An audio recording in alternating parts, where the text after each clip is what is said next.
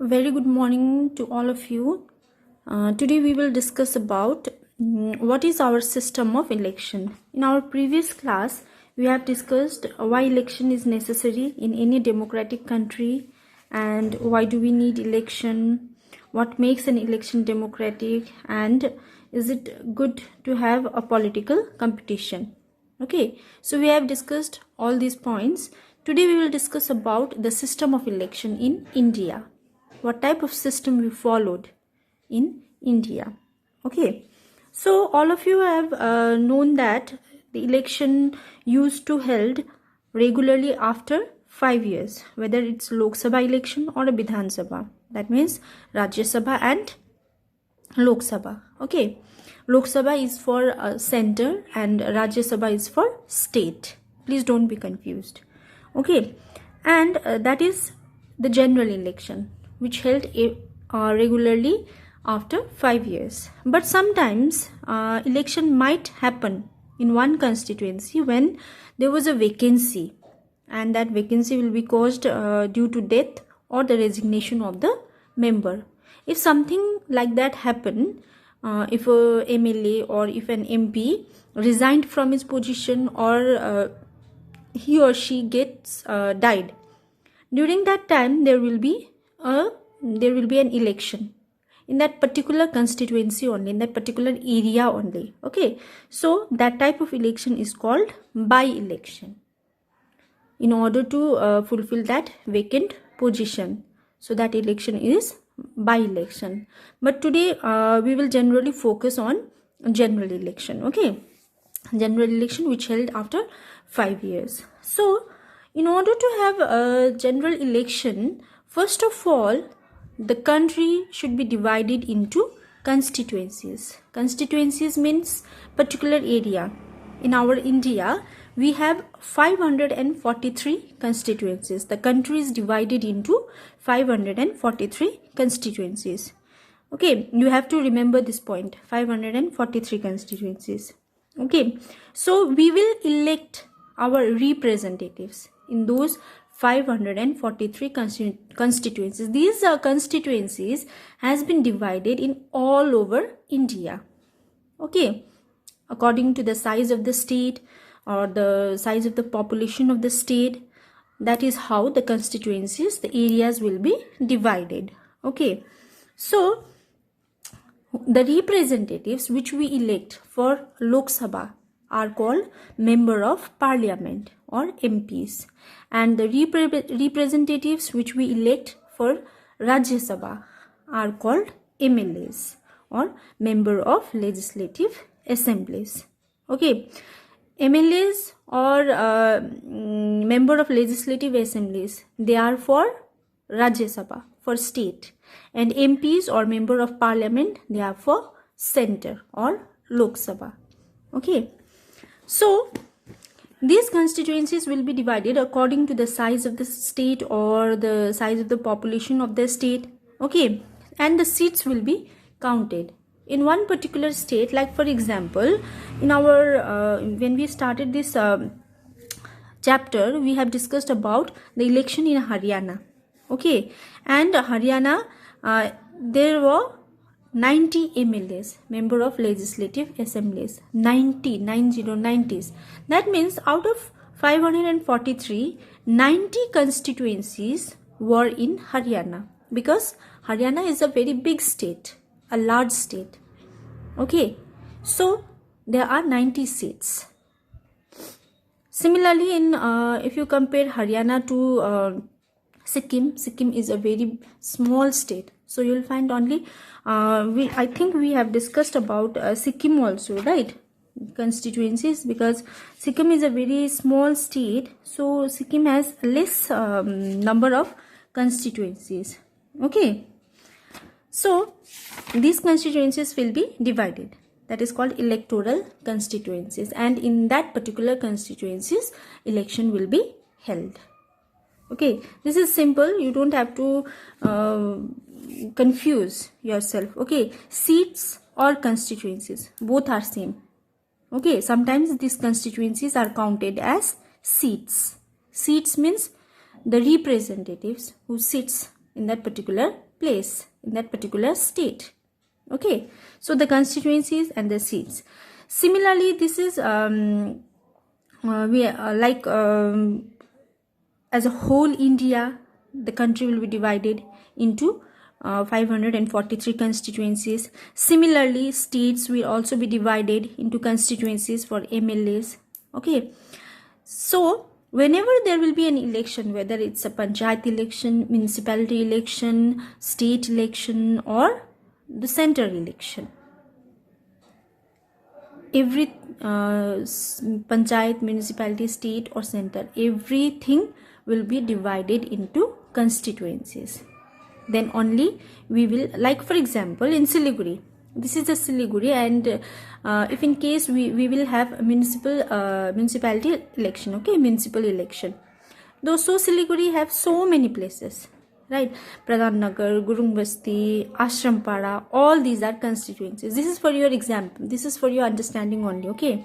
I just wanted to make you clear what is constituencies. So the areas will be divided and the people of that particular area will vote, right? And the person from whoever stands in an election, like from Pradhan Nagar, there will be 2 or 3 will contest the election, right? And whoever wins will be our representative. So he will be from that particular constituencies or from particular area, that is called Pradhan Nagar.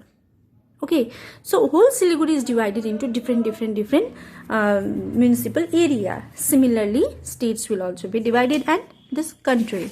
Okay, so this is for this is electoral constituencies. In order to have election, first the country will be divided into constituencies.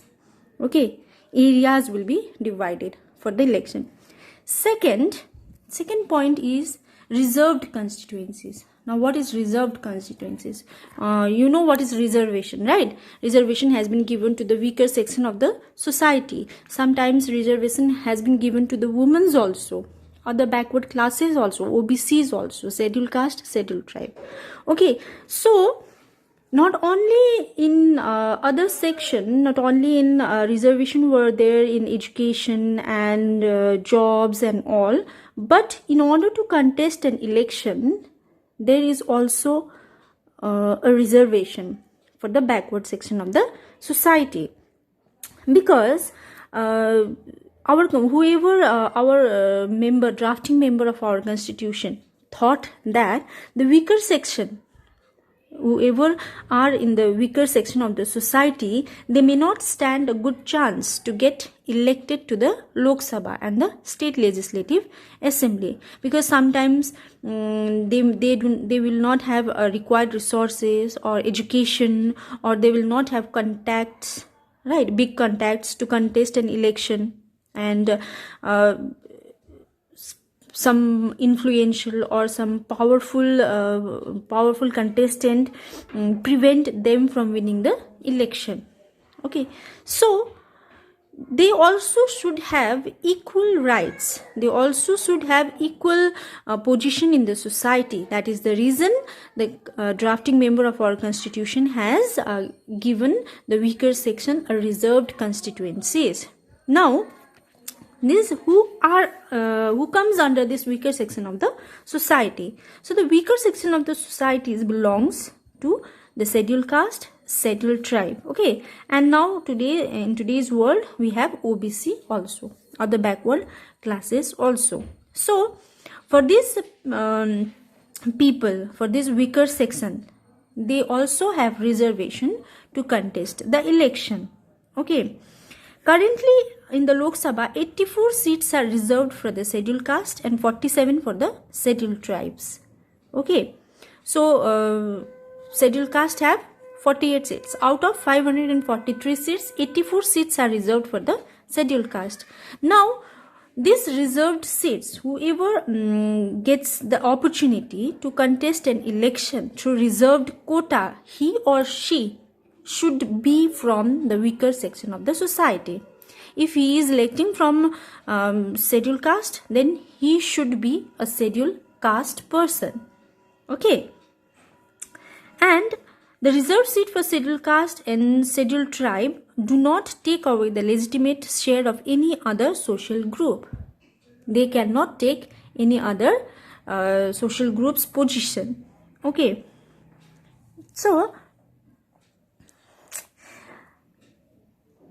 this system of reservation was extended later to other weaker sections at the district and the local level also. Not only in the center, you will find this reservation in the district and the local levels, municipality and the panchayats also. Okay, OBCs, scheduled caste, scheduled tribe, and sometimes women also get a reservation. Okay. In rural area, basically in rural area, in panchayat system, you will find reservation for women's also. That means the area, the constituencies will be, first of all, the constituencies will be divided, and every individual has a right to elect, right to contest an election. Okay. Second, there will be reserved constituencies. In that reserved constituencies, only the reserved section of the society, the weaker section of the society, will get a chance to contest an election.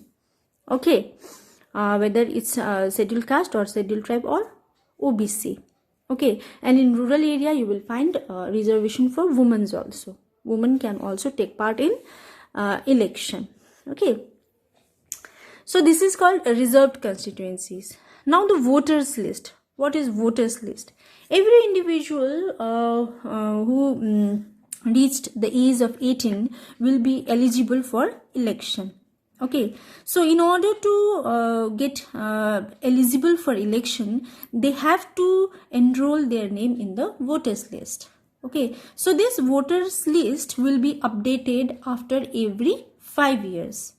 All the individuals, whether it's a boy or a girl or a woman or a man or old age person or the weaker section of the person, every individual is entitled to give their vote, but he or she should reach the age of 18 years. Okay, so the voters list will be prepared by each constituencies, by each state or municipal area or the local panchayat area. Okay, after every 5 years, this voters list will be updated. This is because one vote should be counted. One vote, one person equals to one vote. Okay, no one should be denied the right to vote without good reason. Everyone should have the right to vote. Okay, this is called universal adult franchise. According to universal adult franchise, that everyone should have one vote and each vote should have equal value. And in order to contest an election or in order to give your vote, your name should be enrolled in a voters list, and this voters list will be updated after every 5 years. Okay, every citizen has the right to vote regardless of his or her caste, religion or gender. Okay, some criminals and persons with unsound mind can be denied the right to vote, but only in rare situation. Every individual is no one can deny their vote, but sometimes the criminals, but in a very rare situation. You will not find those type of situations, okay, regularly. So the name of all the eligible voters put on voters list. And nowadays election photo identity card has been introduced, that is called election card, voters card. We have our voters card, right? So whenever you will get you'll reach the age of 18, you will also get your voters card. Okay, from that card only you will be able to give your vote. You will be able to choose your representative. So in some cases the voters card is required to carry during elections, or in some cases if your name is enrolled in your voters list, then you are not required to carry your card during voting. Okay, so this is called voters list. Voters list will be updated after every 5 years. Okay, so voters list can also be known as electoral roll. Electoral, ROLL roll. Okay, so this much for today. In our next class, we'll discuss about nomination of candidates.